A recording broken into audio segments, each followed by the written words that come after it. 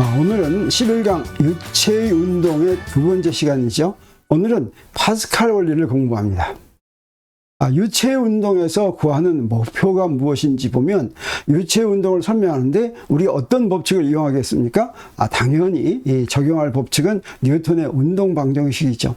근데 이 뉴턴의 운동 방정식을 우리가 앞에서 한 물체, 두 물체 또는 강체 이런 데 적용하는 방법으로 그렇게 적용할 수는 없습니다. 유체에 적용하도록 이렇게 맞추어 놓는데, 그렇게 맞추어 놓은 법칙이 사실은 뉴턴의 운동 법칙이 나오기도 전에 나왔습니다. 그래서 이 유체 운동을 크게 유체를 정지한 유체와 움직이 흐르는 유체로 이렇게 구분을 해서 정지한 유체에 대한 법칙, 그리고 흐르는 유체에 대한 법칙으로 유체 운동을 기술하면 편합니다. 정지한 유체에 대한 법칙이 바로 오늘 우리가 공부할 파스칼 원리인데, 이 파스칼 원리는 1653년에 나왔습니다. 그러니까 우리 뉴턴의 운동 방정식이 1687년에 나왔죠. 그래서 그 전에 나왔고 파스칼은 이것을 실험으로 알아냈습니다. 그러면 이 정지한 유체에서 파스칼 원리를 이용해서 무엇을 구하느냐? 정지한 유체에서는 그 유체 내부의 각 위치에서의 압력을 파스칼 원리로 구할 수가 있습니다. 흐르는 유체의 경우에는 굉장히 다루기가 힘듭니다. 그런데 흐르는 유체 중에서도 특별히 이상유체라고 불리는 그런 가정을 만족하는 이상유체 하면 실제로는 있는 게 아니겠죠. 그래서 이상유체의 가정을 이제 몇 가지 합니다. 그러면 아주 간단하게 이것을 뉴턴의 운동 방정식을 적용해서 이제 설명할 수가 있는데, 그것도 1738년에 베르누이 방정식을 만들었습니다. 물론 베르누이 방정식은 뉴턴의 운동 방정식에서부터 베르누이 방정식을 유도한 것이 아니라 이것도 역시 실험으로 이런 식을 제안했습니다. 그리고 연속 방정식이라고 불리는 이것은 질량 보존 법칙인데, 그런 것과 함께 이용을 할 것 같으면 유체 내부에서 흐르는 유체 내부의 각 위치에서 압력과 속력을 구할 수가 있게 되는 것입니다. 이건 우리가 나중에 베르누이 방정식을 공부할 때 이것에 대해서는 더 자세하게 이야기하겠습니다. 파스칼은 어떤 사람이냐면 우리가 잘 아는 인간은 생각하는 갈대다라고 하는 말을 한 사람입니다. 프랑스 사람으로 17세기 사람이죠. 그래서 이분은 어렸을 때부터 신동이라고 불렸습니다. 그리고 철학자, 수학자, 과학자, 발명가, 작가 이런 말을 듣는 사람입니다. 예를 들어서 12살에 이미 삼각형의 내각의 합이 180도라고 하는 것을 아무한테도 배우지 않았는데 알아냈습니다. 그리고 16세에 기하학의 정리를 증명했습니다. 그것이 파스칼 정리라고 불리는 것입니다. 그리고 19세에는 계산기, 기계식 계산기를 발명했는데 아버지가 수작업으로 여러 가지를 계산하는 것을 안타깝게 생각하고 이 계산기를 발명했다고 합니다. 그리고 1653년에 아까 얘기한 것처럼 움직이지 않는 유체에서의 압력에 전달되는 파스칼 원리를 실험으로 발견했는데 39세에 여러 가지 병이 있어서 안타깝게도 요절하고 말았습니다.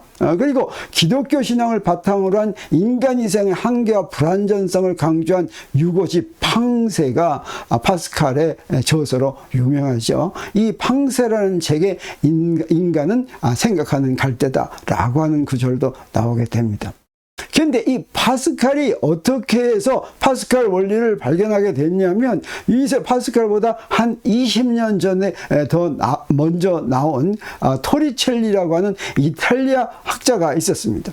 이 이탈리아 학자가 바로 진공을 발견한 토리첼리인데, 이 토리첼리는 이탈리아의 수학자이자 물리학자입니다. 그리고 이제 1608년에 태어나서 1647년에 이분도 그래서 파스칼하고 비슷하게 똑같이 39살에 요절을 했는데, 이분이 1640년 정도에는 갈릴레이 문화로 들어갔습니다. 이때 갈릴레이는 이미 연금 상태였고 눈이 거의 안 보일 때였습니다. 그때 이제 토리첼리는 갈릴레이와 함께 이제 사망할 때까지 그와 연구를 같이 한 것으로 유명하죠. 그리고 이제 1643년에 우물이 있는데 우물이 너무 깊으면 그 우물에서부터 물을 뽑아내서 길러낼 수 없다고 하는 현상에서부터 진공의 존재를 발견하는 그런 수은 기압계를 발견했습니다. 그게 유명한 토리첼리의 진공 실험으로 유명하죠. 그리고 어떤 것도 했냐면 우리가 이제 고등학교에서 이런 문제가 많이 나오는데 큰 통에 드럼통에 물을 집어넣고 밑에 작은 구멍을 뚫으면 거기서 물이 이렇게 뿜어져 나오죠. 이 나올 때 속력이 어떻게 되는지 하는 것을 계산하는 그래서 그 속력이 수면까지의 높이의 제곱근에 비례한다는 토리첼리의 정리도 발견했습니다. 그런데 토리첼리는 장티푸스와 고열로 39세의 젊은 나이에 이제 요절해서 타계하고 말았죠. 이 파스칼의 원리를 이제 나오게 만든 토리첼리의 진공 실험이라고 하는 것은 이렇게 수행됐습니다. 이건 우리가 고등학교에서도 많이 본 것입니다. 여기 유리 이 관에다가 이 길이가 좀 긴 유리 관에다가 수은을 가득 담았습니다. 왜 수은을 이용했냐면 우리가 앞에서도 여러 가지 물질의 밀도를 봤더니 무엇이 제일 높았습니까? 수은이 굉장히 높았죠. 특히 액체 중에서는. 그래서 이 수은을 유리에다가 가득 담아가지고 이걸 거꾸로 세웁니다. 그래서 이것처럼 이렇게 수은을 거꾸로 세울 것 같으면 무슨 일이 벌어지냐면 저 꼭대기에서 저 유리관이 충분히 길 것 같으면 저 꼭대기에서 수은이 밑으로 내려오고 맨 꼭대기는 저기 막힌 관입니다. 막힌 관인데 거기는 비어 있고 수은이 밑으로 이렇게 내려오는 걸 알 수가 있는데 그 부분을 토리첼리가 그것은 아무것도 없는 진공이다라고 명명하게 된 것이죠. 자, 그러면 여기서 저 위에까지는 어떻게 해서 올라가게 됐냐면 여기에 이렇게 대기압이 있습니다. 공기가 기압으로 밀고 그러면 이 올라가는 요 높이가 얼마가 되냐면 요 높이가 밑에는 수은이 있고 요 높이가 760mm인데 이 수은의 요 수은주가 요 밑에까지 주는 압력, 그것이 대기압과 같다고 하는 그런 실험을 하게 된 것이죠. 그렇게 되기 위해서는 요 꼭대기, 이 유리 기둥의 맨 꼭대기 막힌 기둥 여기는 진공이 되어야 된다고 하는 것을 알아낸 것이죠. 이게 언제 이루어졌냐면 1943년에 토리첼리가 수은주 실험을 했고 이 실험으로 무엇을 알게 됐냐면 진공이 존재한다라고 하는 것을 이 실험으로 맨 처음으로 알게 된 것입니다. 그래서 이걸 이용을 해가지고 기압을 측정하게 됐습니다.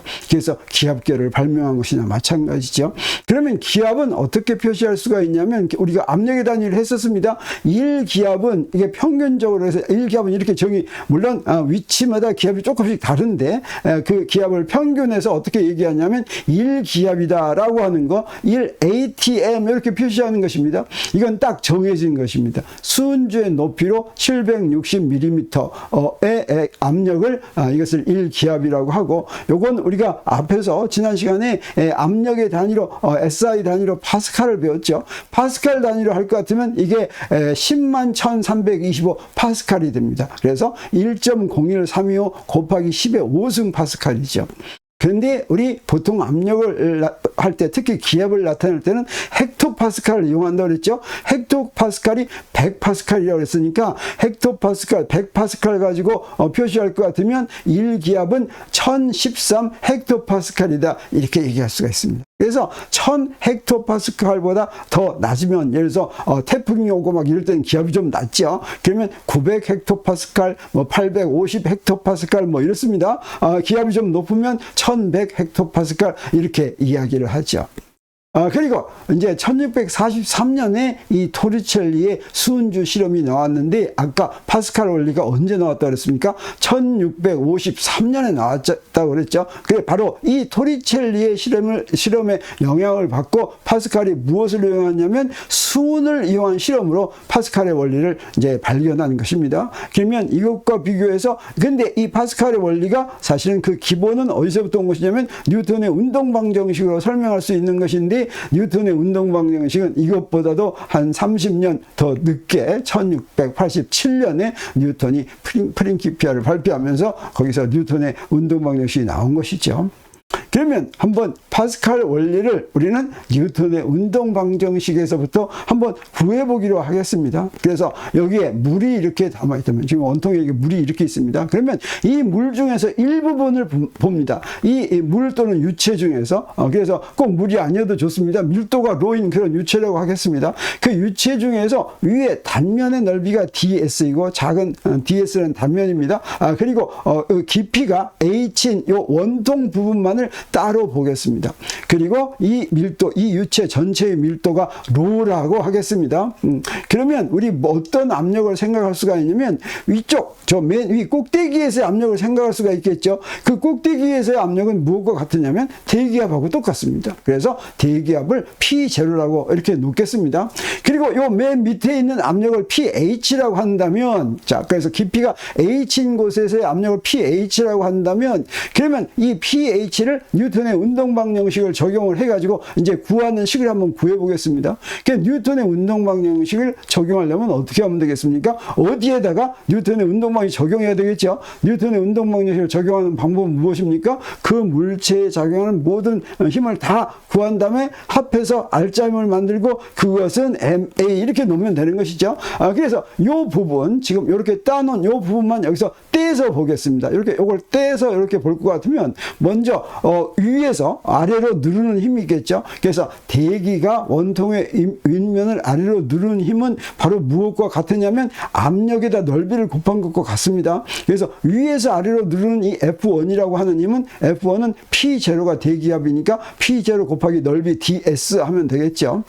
그리고 이 원통 부분의 요 유체에는 뭐가 작용하겠습니까? 당연히 지구가 잡아다니는 중력이 작용하겠죠. 그건 어떤 방향으로 작용해요? 아랫방향으로 이렇게 작용하겠습니다. 그리고 그렇게 아랫방향으로 작용하는 것의 크기는 질량 m에다가 중력 가속도 g를 이제 곱한 것인데, 질량 m은 어떻게 구합니까? 로에다가 밀도에다가 부피를 곱하면 되죠. 그래서 h 곱하기 ds가 요게 이제 부피가 되죠. 그래서 로 h ds하고 중력 가속도 g를 곱한 거, 이게 바로 아래로 작용하는 이제 저 중력이 되겠습니다. 그리고 또 어떤 힘이 작용하겠습니까? 저 아랫부분에서 위로 밀죠. 그래서 유체가 원통의 아랫면을 위로 누르는, 그래서 유체 내부에서 압력은 모든 방향으로 작용한다고 했습니다. 그래서 거기에 면이 이렇게 있으면, 지금 면이 이렇게 있기 때문에 아래쪽에 있는 것들이 위쪽으로 밀죠. 그렇게 위로 미는 그 힘은 뭐가 될 거냐면 거기서의 압력에다가 넓이를 곱한 것 같죠. 그래서 F2는 저 아랫면을 아래에서 이 유체, 주위의 유체가